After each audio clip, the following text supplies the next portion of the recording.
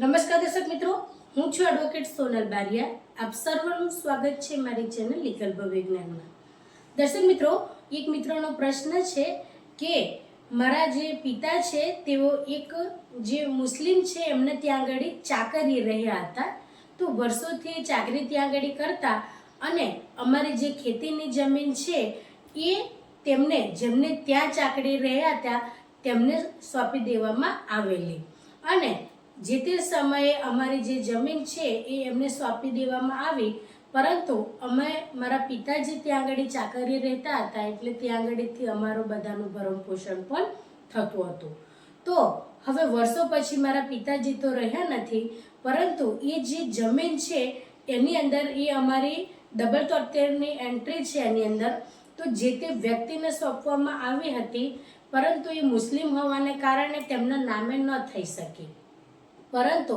તેઓ એવું કહી રહ્યા છે કે તમારા જે પરિવારનું જે ગુજરાન છે એ અમારા દ્વારા ચલાવવામાં આવેલું અને તમારા પિતાજીને અમે ચાકરીએ રાખ્યા હતા એટલે વર્ષોથી તમારું ભરણ પોષણ કર્યું, એટલે એ જે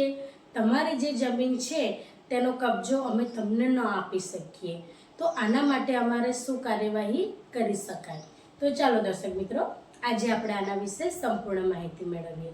તો દર્શક મિત્રો, કોઈ વ્યક્તિ કોઈને ત્યાં એક સેવક તરીકે જો તેમને ફરજ બજાવી હોય, પરંતુ જો એમનું જે કાર્ય છે એ કાર્યના આધારે એ વ્યક્તિને વળતર રૂપે કંઈ મળ્યું હોય કે ના મળ્યું હોય, પરંતુ કોઈને જે ખેતીની જમીન છે એ કોઈને પણ પોતાના કબજામાં રાખવાનો અધિકાર નથી વગર કોઈ પણ પ્રકારની એને પૈસા આપ્યા વગર. અહીંયા જે પ્રશ્ન છે એ પ્રશ્નની અંદર પૈસાની લેવડ દેવડ થઈ છે કે નહીં એ બાબતનો કોઈ ખુલાસો નથી થયેલો, પરંતુ મારો જે કહેવાનો અર્થ છે કે કોઈ પણ વ્યક્તિને ત્યાં જો ચાકરીએ રહ્યા હોય અને જે વ્યક્તિ રહેનાર છે એમની જ જો ખેતીની જમીન જે તે માલિક છે તેમને સોંપવામાં આવેલી હોય, પરંતુ વર્ષો પછી જ્યારે એમના જે સંતાનો છે તેમના દ્વારા એ જમીન પાછી મેળવવાની આવે, તો તેવા સંજોગો દરમિયાન જે વ્યક્તિ છે એમને એ જમીન પરત કરવી જોઈએ. પરંતુ અહીંયા બીજો મુદ્દો એ છે કે જે ખેતીની જમીન છે એ 73ની એન્ટ્રી ધરાવે છે, એટલે એ માત્ર આપણે એવું કહી શકીએ કે આદિવાસીની જે ખેતીની જમીન છે એ બિન આદિવાસી વ્યક્તિ ખરીદી પણ ના શકે, કારણ કે એનું જ્યારે આપણે કહી શકીએ કે ખરીદી કે વેચાણ કરવું હોય ત્યારે એ જે વ્યવહાર છે ખરીદ વેચાણનો એ કરતાં પહેલાં કલેક્ટર સાહેબશ્રીની પૂર્વ મંજૂરી લેવાની હોતી હોય છે. તો આવા સંજોગો દરમિયાન જ્યારે ચાકરી રહેનાર વ્યક્તિ છે એ આપણે અનુમાન લગાવી શકીએ કે કદાચ એ આદિવાસી હોઈ શકે, કારણ કે એમની જે ખેતીની જમીન છે તેની અંદર 73ની એન્ટ્રી છે. તો આવા સંજોગો દરમિયાન તે વ્યક્તિ ભલે જે મુસલમાન જે વ્યક્તિ હશે તેમને ત્યાં આગળ એ ચાકરી રહ્યા હશે, પરંતુ આની અંદર આપણે સ્પષ્ટપણે એ જાણવું પડે કે શું ખરેખરમાં જે ચાકરીએ રહેનાર વ્યક્તિ છે તેમને જે તે વ્યક્તિને જમીન આપી છે તેમની પાસે પૈસાની લેવડ દેવડ કરેલી છે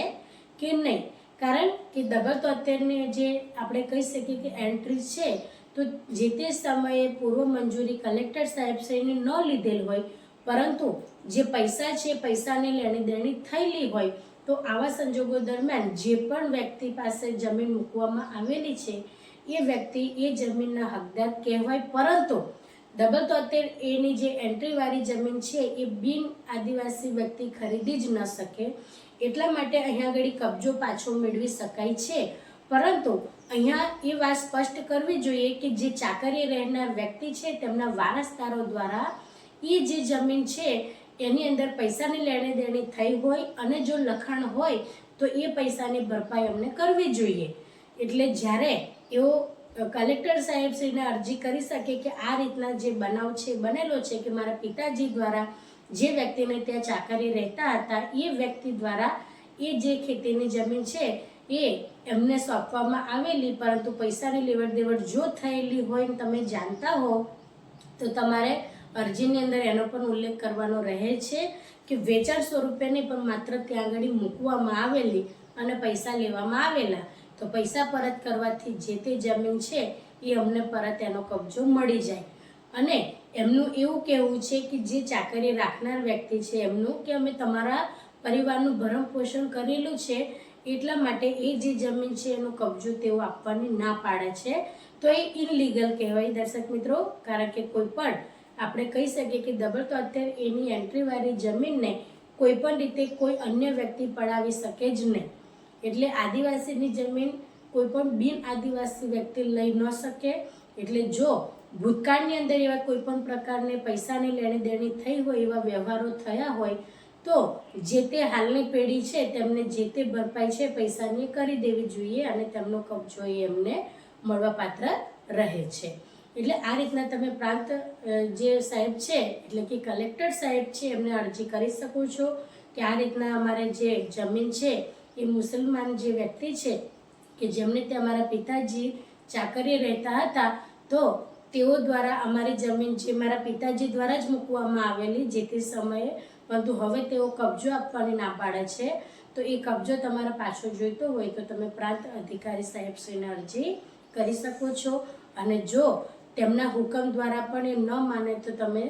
એવા સંજોગોમાં સિવિલ કોર્ટની અંદર પણ તમારો જે હક છે એ મેળવવા માટેની અરજી તમે કહી શકીએ કે આપણે કેસ તમે કરી શકો છો. અને ચોક્કસપણે તમારા આવા સંજોગો દરમિયાન તમારી ડબલ 73 એની એન્ટ્રીવાળી જે તમારી ખેતીની જમીન છે